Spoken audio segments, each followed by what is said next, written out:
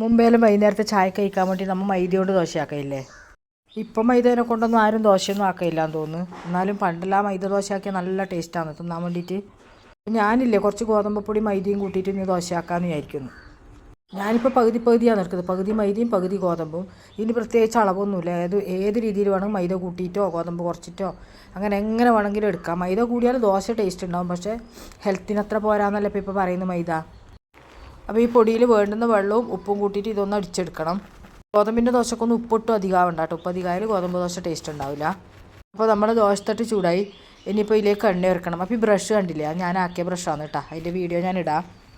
ഇപ്പോൾ സാധാരണ ദോശ പോലെ ഒഴിക്കുക, എത്ര നേർങ്ങനെയാണ് വേണ്ടി വെച്ചാൽ അതിനനുസരിച്ചിട്ട് നേർങ്ങനെ ഒഴിക്കുക. എനിക്കിപ്പോൾ സത്യം പറഞ്ഞാൽ നേരത്തെ ദോശ ചൂടാൻ മടിയായിട്ട് കഴിയുന്നില്ല. ഒന്നാമത് ഞാൻ ഈ ദോശ ആക്കുന്നത് രാത്രിയാകുമ്പോൾ എന്ത് പണിയെടുക്കാനും എനിക്ക് മടിയാണ്. അപ്പോൾ ദോശയൊന്നും ആക്കാൻ പ്ലാനൊന്നും ഉണ്ടായിട്ടില്ല. അപ്പോൾ കണ്ണൻ പറഞ്ഞു എനിക്കിന്ന് ചോറ് വേണ്ട, 2 ദോശ മതി. അങ്ങനെയാണ് ഇപ്പോൾ ഈ ദോശയിലേക്ക് വന്നത്. ദോശയൊക്കെ കൂട്ടാൻ എന്നറിയാം, നല്ല മാങ്ങ ഇട്ടിട്ട് തേങ്ങയെല്ലാം അരച്ച് വെച്ച മീൻ കറി. അപ്പോൾ അങ്ങനെ സൂപ്പറല്ലേ.